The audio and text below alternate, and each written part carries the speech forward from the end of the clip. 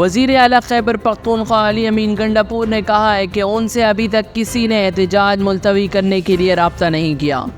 میرا اختیار بانی چیئرمین کے پاس ہے، وہ جو حکم دیں گے اس پر عمل کروں گا۔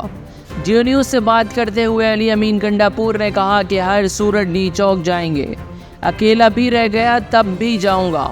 ہمارا پرامن احتجاج ہے، تشدد کیا گیا تو ذمہ دار تشدد کرنے والے خود ہوں گے۔ اس سے پہلے وزیر اعلیٰ خیبر پختونخوا علی امین گنڈاپور کی زیر صدارت اجلاس ہوا، جس میں پشاور اور خیبر کے پارٹی عہدیداروں اور اراکین اسمبلی نے شرکت کی۔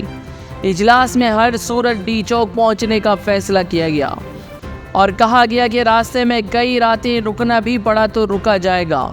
کھانے پینے کی اشیاء، کپڑے، ماسک اور شیلنگ سے بچنے کے لیے سامان بھی موجود ہوگا۔ وزیر اعلیٰ خیبر پختونخوا کی زیر صدارت اجلاس میں فیصلہ کیا گیا کہ خیبر پختونخوا کے قافلے کے ہمراہ موٹر وے اور راستوں سے کنٹینرز ہٹانے کی مشینری بھی ساتھ ہوگی۔